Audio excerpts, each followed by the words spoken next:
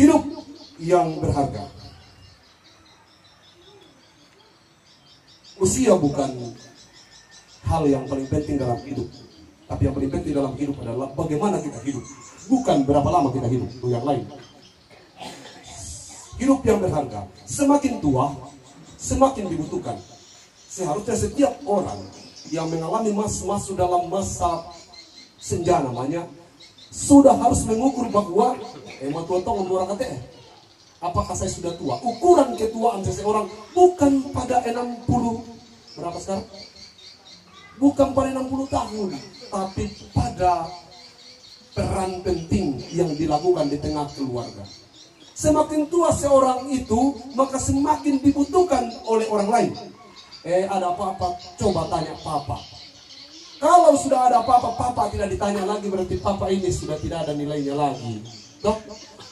Semakin tua papa itu, semakin tua ayah, semakin seorang anak ingin mendengar banyak hal, mendengar pertimbangan, mendengar masukan-masukan. Bukan semakin tua semakin ditinggalkan. Jadi jangan takut menjadi tua, Pak Prams. Percayalah bahwa kita semakin tua, mafiai pairan, selalu akan didatangi orang dalam banyak hal. Semakin tua, semakin dibutuhkan. Tua-tua kelapa. Semakin tua semakin semakin keras. Bukan. Bisa juga. Nggak tahu di paling ini Bapak. Semakin tua semakin bersantan. Jangan tua-tua pepaya. Semakin tua semakin lembek. Bonyok, jatuh baba. No? Atau jual tua-tua telepah. Kalau telepah sudah tua tidak ditahu. Yang berapa dia jatuh saja. Tidak ada berita.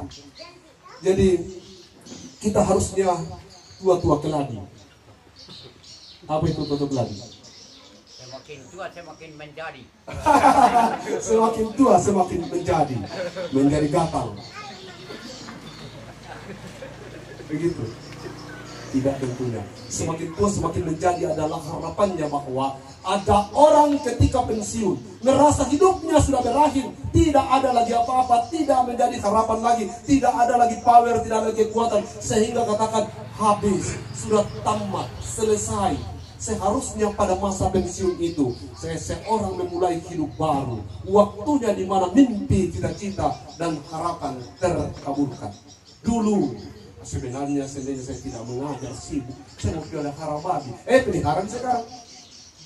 Dulu kalau mau begini mau begitu, sebenarnya mau lebih luas saya kebunku sendirinya. Kebun bukan sekarang. Sekarang waktu dikatakan merdeka. Tapi ingat, hidup ini diukur 3 fase. Fase pertama itu masa anak-anak atau masa muda. Masa muda itu adalah masa 0 sampai biasanya taruhlah paling tinggi 20 tahun. Orang pada masa itu dipuji-puji bukan karena apa-apa, tapi karena dia cantik dan ganteng. Makanya orang katakan, wah ganteng, cantik ini anak-anak. Jadi masa itu 0 sampai 20 tahun tidak pernah bilang, tidak ada cerita lain tentang hidup orang. Tapi orang hanya menceritakan bahwa ini anak gagal di anaknya, cantik anaknya. Masa 20 tahun berakhir. Masa 20 tahun itu orang sudah mulai mempertanyakan, sampai umur 30 tahun itu orang mulai mempertanyakan, bertanggung jawabkah ini orang?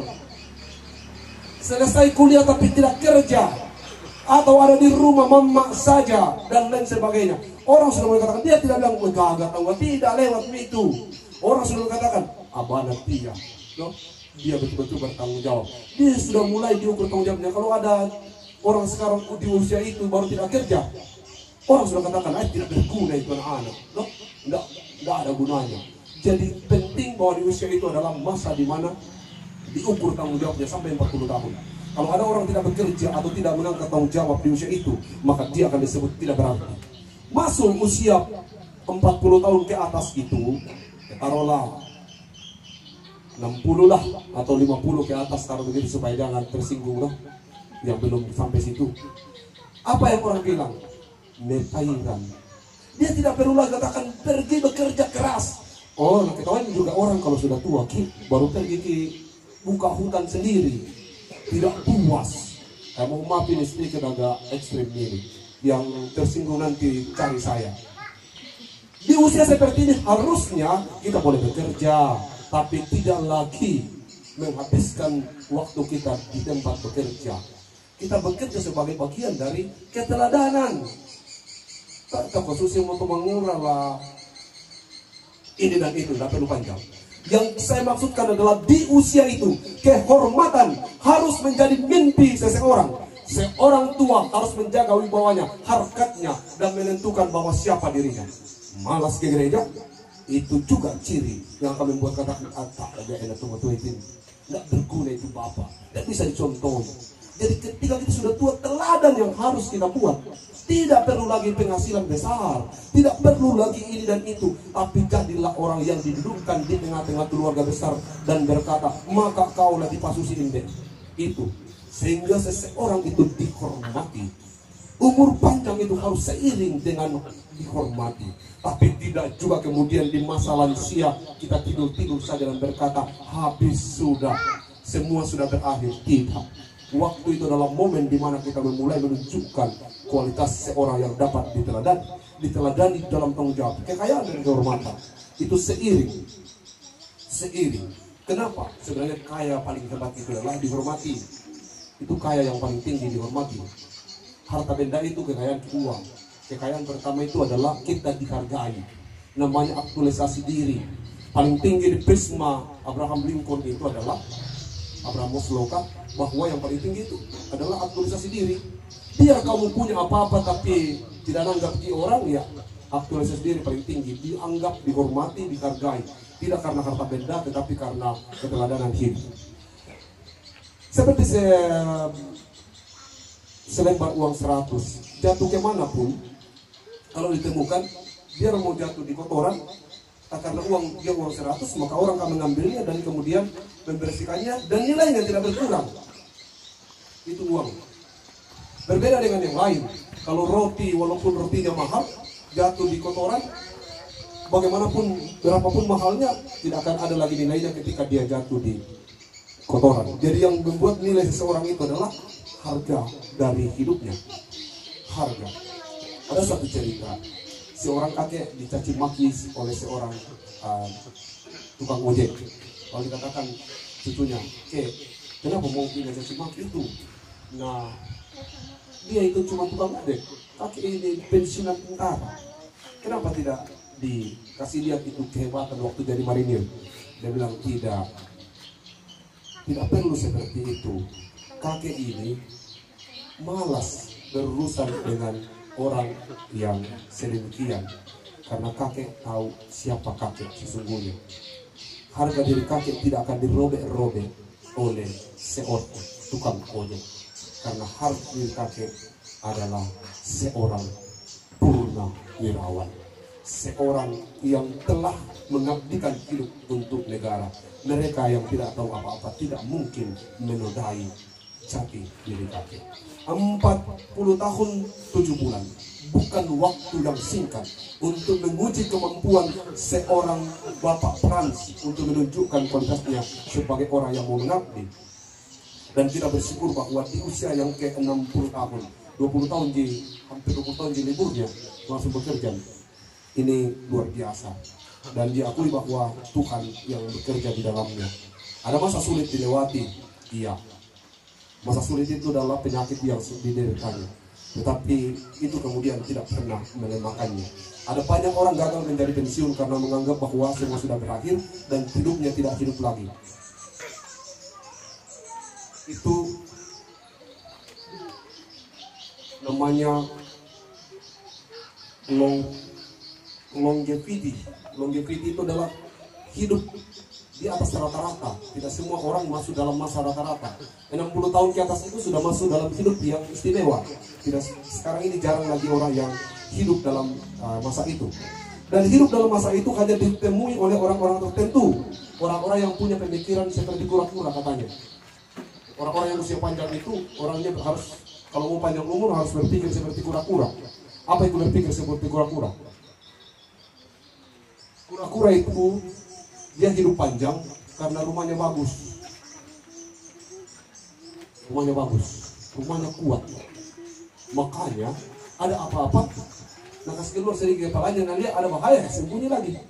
Nggak mau dia ikut campur dengan urusan-urusan yang lain. Bukan berarti tidak peduli dengan lingkungannya. Dia berjalan satu tujuan, nggak akan pernah dia banting setir kalau dia tidak belum sampai di tempat tujuannya.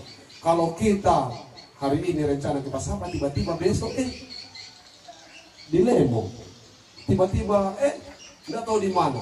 Kalau kura-kura satu kali rencana dia jalan, ada apa-apa ada kepalanya sembunyi masuk cangkangnya, aman. Dia melakukan itu sehingga umurnya panjang ratusan tahun. Ada yang sampai 300-400 tahun. Kura-kura yang besar itu, penyu. Nah, apa itu? Itu berarti bahwa ada cara menjalani hidup ini. Caranya seperti apa? Aku akan diam dalam rumah Tuhan sepanjang masa. Bahwa umur panjang itu kita temukan. Dan bagaimana menikmati umur panjang itu? Berdiamlah dalam rumah Tuhan. Rumah Tuhan itu kuat. Artinya dalam perlindungan Tuhan, dalam naungan Tuhan. Ada apa-apa masuk ke dalam rumah Tuhan, berlindung. Ada bahaya, rumah Tuhanlah tempat di mana kita menemukan seluruh jawaban hidup ini. Tapi kalau kita kita jago, ada cerita, ada seekor kura-kura yang katakan, berat ini rumah. Lalu katakan, saya mau bebas, saya akan lebih cepat lari daripada kijang. Kalau seandainya bukan ini cangkang, maka saya pasti lebih cepat dari rusa. Tapi karena cangkang ini, maka saya menjadi tidak bisa bikin apa-apa. Lalu kemudian dia minta untuk cangkangnya dilepas. Waktu cangkangnya dilepas memang kencang. Karena bayangkan tahu batu berapa kilo. Di atas belakangnya mungkin 30 kilo. Memang kencang. Tapi apa yang terjadi? Bahaya sedang mengintai hidupnya. Dia akan mudah dimakan dan dicederai oleh binatang yang lain. Seringkali manusia seperti itu. Sudah dibuatkan aturan, tidak boleh begini, tidak boleh begitu. Ini karena begini supaya aman. Baik itu dalam gereja maupun dalam masyarakat. Tapi manusia selalu ingin melepaskan cangkangnya. Saya tidak suka ini, dikekang dan seterusnya. Ada banyak aturan diberikan, selalu merasa bahwa aturan ini menghukum saya, membuat hidup saya berat. Ingat, firman Tuhan hari ini. Di usia 60 tahun, sandaran kita tinggal satu, yaitu Tuhan saja. Percayalah kepada Tuhan dengan segenap hatimu, ayat 5. Dan jangan bersandar pada pengertianmu sendiri. Ingat, jalannya adalah jalan yang penuh bahagia. Segala jalannya sejahtera semata-mata. Kita percaya bahwa memang ada masa sulit yang dilewati oleh keluarga ini. Bukan cuma cerita hari ini, tapi sepanjang perjalanan.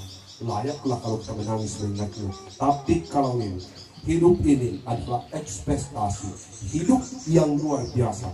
Bagaimana Tuhan merancang, membuatnya sedemikian indah. Semakin tua, seharusnya semakin dibutuhkan. Sugesti diri Anda di masa pensiun bahwa Anda bukanlah orang yang tidak lagi diperlukan, tapi Anda semakin pensiun, semakin dirindukan keluarga untuk datang di setiap momen-momen tertentu. Pasti datang itu karena pensiun nih. Dulu tidak bisa datang karena mengajar. Sekarang itu akan menjadi tantangan baru. Istri juga harus sabar, selalu ditinggalkan itu. Apalagi sudah ada mobil, tidak ada alasan. Hujan, tidak bisa lagi. Kecuali kalau jauh tidak ada bensin, apa boleh buat. Tapi banyak hal yang kemudian terpaksa harus dikerjakan, bukan karena keterpaksaan, tapi karena tanggung jawab. Tuhan memampukan keluarga ini menjalani masa senja. Kemurahan Tuhan sudah diwujudkan dalam 60 tahun perjalanan hidup keluarga. Dan lebih dari itu, tadi dia berkata bahwa kalau dia sampai hari ini boleh sekuat dan setegar itu karena ada istri, ada anak-anak yang kemudian mendampinginya sebagai bagian dari berkat Tuhan.